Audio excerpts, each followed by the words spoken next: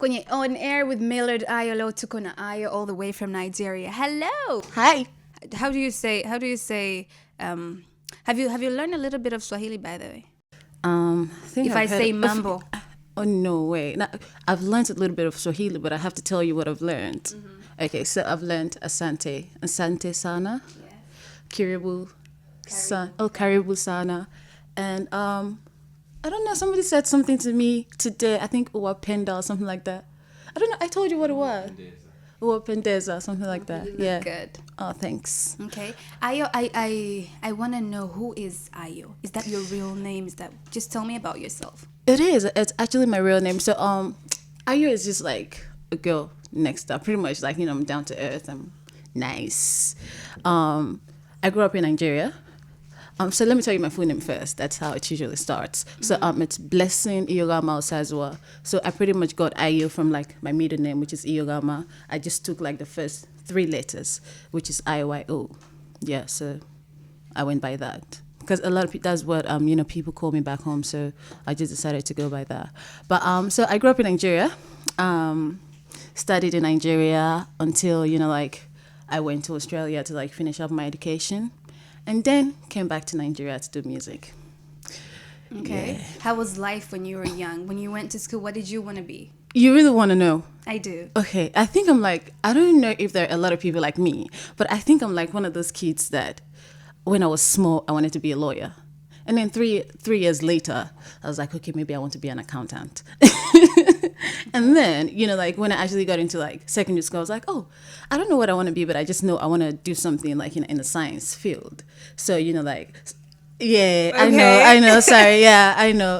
I've actually literally gone from law to accounting to science. Yeah. And then, when I actually eventually got into uni, I was like, okay, I don't really know what I want to do, but let me just do something. So I started studying biomedical science.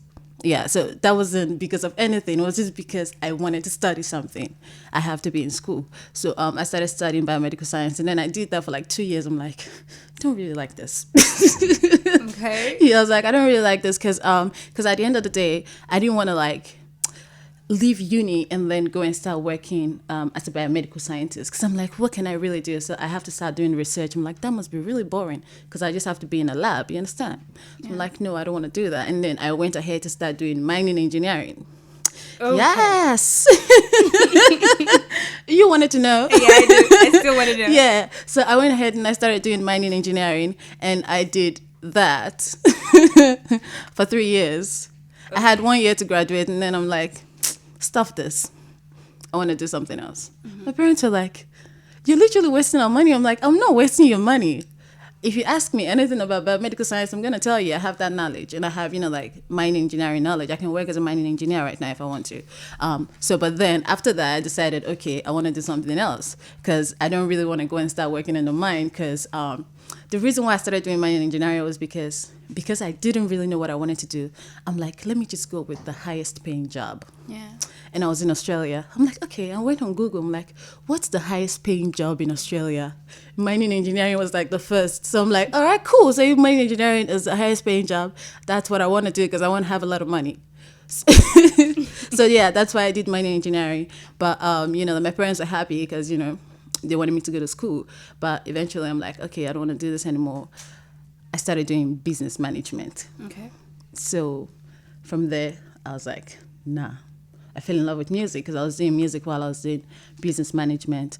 And the thing is, there was nothing I enjoyed doing as much as I enjoyed doing music. So even though I didn't really find out, at an earlier stage, it would have been nice if I realized at 9 that, I wanted to be an artist. That would have been cool. But I didn't actually realize that early. So I decided to come to Nigeria. I was just like to my parents, sorry, I'm going to Nigeria right now, and I want to go and start doing music. So you were living outside Nigeria? Yeah, I was living in Australia. Okay, My parents, my family, everybody. All right. That was when? Then you came back to Nigeria. That was when? That was last year. Okay. So when exactly did you start doing music? I think I started doing music like a couple of years ago. I'd say 2 years ago or 2 years and a half, but not officially.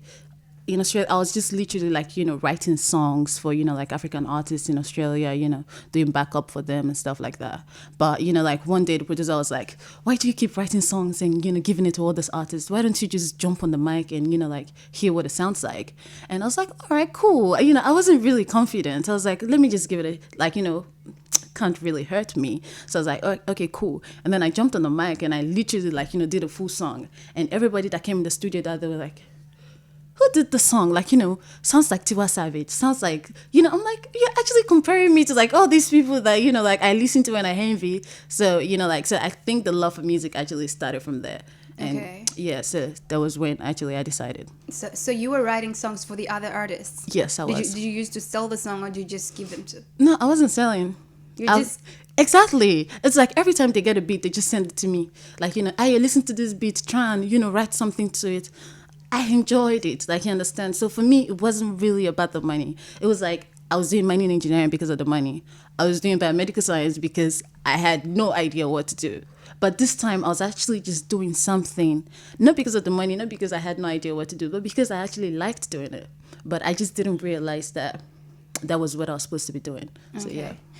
Do we know the songs that you've done with the artists? I mean, the songs that you wrote for them. They are Australian artists, like African artists in Australia. Okay. Yeah. So can't really tell you so that they don't gang up against me. Okay. I wrote a few songs. I probably wrote like over 10 songs. All right, that's very good. It's pretty much good that you've done a lot of things. Really? Yeah, it's cool. I'm telling you. Pretty indecisive. Yeah. Oh, okay. So, when was the first? What was the first song that I recorded? Yeah, the first song you released. Oh, that I released. Yeah. The thing I dropped a song called Cookie, but I didn't really release it at the time. Like I did that song and I just put it online, but I just put it there for people to like listen, but I didn't promote it. I didn't do anything. But, I think my official single actually was like the song that I released last year.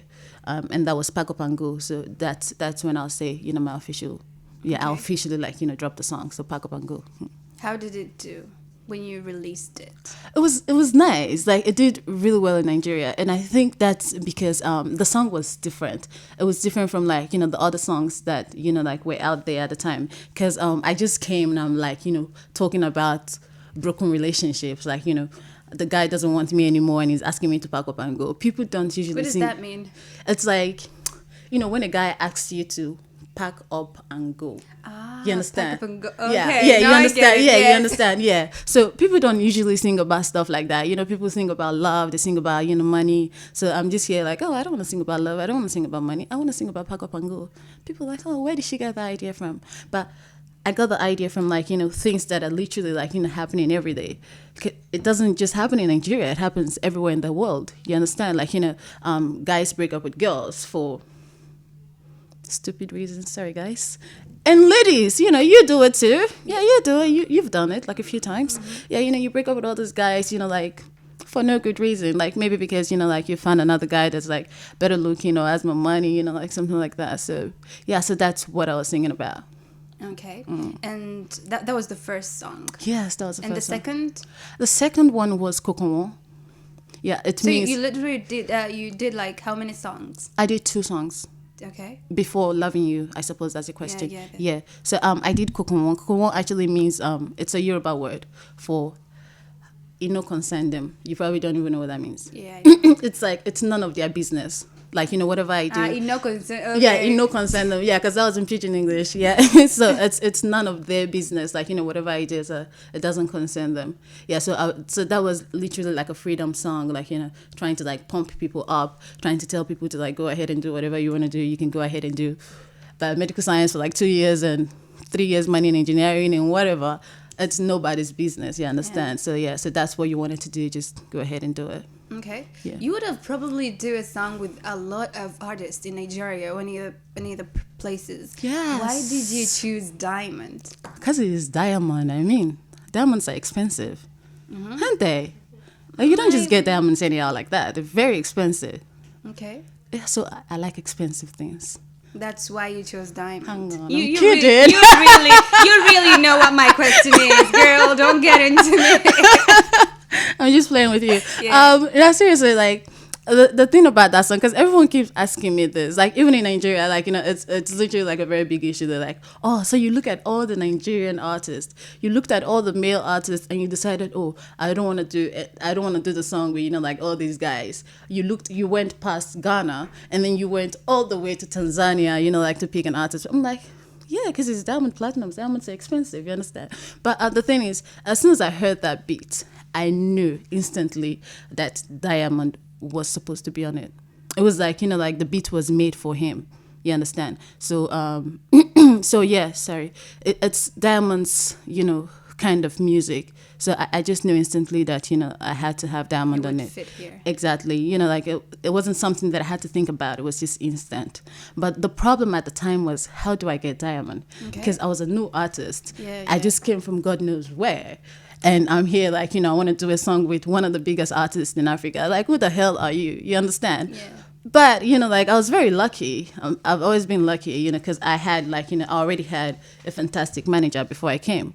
So I had Mr. Sunday Array. I'm like, Daddy, I want to do a song with Diamond. But how do I get him? And he's like, are you crazy? Do you know who your manager is? I'm just going to give him a call. Come on, chill. And he actually gave him a call, and Diamond's like, oh, okay, I have to listen to the song. If I like it, we'll take it off from there. And if I don't, we'll just go in the studio and do something else. I'm like, all right, cool. And then we sent him the song, and, I'm pretty sure he couldn't resist it. Yeah, and, like he decided, I was very happy when he decided that, like he was going to be on it. And we decided, we just took it off from there. We met in South Africa, and we're like, okay. So we recorded, and, we didn't record in South Africa. I think he recorded in Tanzania, before going to South Africa. And then when we met in South Africa, we were talking about the video. We were going to shoot the video in SA, but we didn't have enough time at the time. So we're like, okay, let's come to Nigeria. So, we came to Nigeria and we shot. That was it. Okay. Yeah. So you shot the video last year. When? In December. In December, Yeah. okay.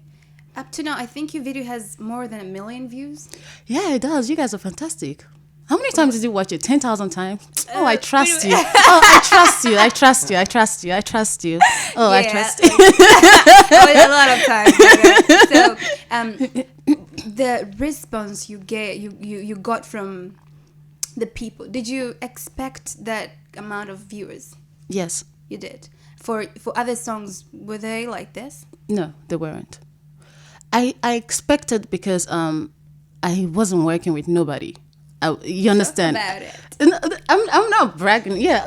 Actually, I'm bragging. I'm bragging on Diamond's behalf. Look at that. Yeah. So I wasn't working with nobody. I was working with one of the biggest artists in Africa. He's not just big for nothing. He's a fantastic artist. Like, he understands his craft, and, like he understands music. And for me, even though Diamond was like one of the biggest artists in Africa, there are other artists that I could have worked with, to be honest, but it was about the music for me. Like, I felt like Diamond was the one that could deliver, that could give me what I wanted. And he did. And he did. Okay. Yeah, he did. You see, I'm one of the people that watched the video like a lot of times. Yeah, that's what I said. I know them when I see them. I know them when I see them. I just realized that the chemistry was very good. You guys were like, you had this bond. How did it happen? I think Diamond made it very easy for me, to be honest with you. Because he's somebody that has, I don't know if you've met him, but like he has a all right, but I'll continue. You guys didn't see her. Okay. She's like, hey, he's from Tanzania. He's my guy. Come on. Yeah, but like he's somebody that has like a fantastic personality. Like he's very easy to like flow with. There are a lot of people that like you try to build a chemistry with, and it's just difficult. It's not happening. If it's not happening, it's not working. You understand? But with him, like I think he came with an open mind. And, like he was happy on set. So he was happy. So I was happy too. So like it was just easy for us to like connect and, just build that. So it wasn't hard at all. It just happened as we went.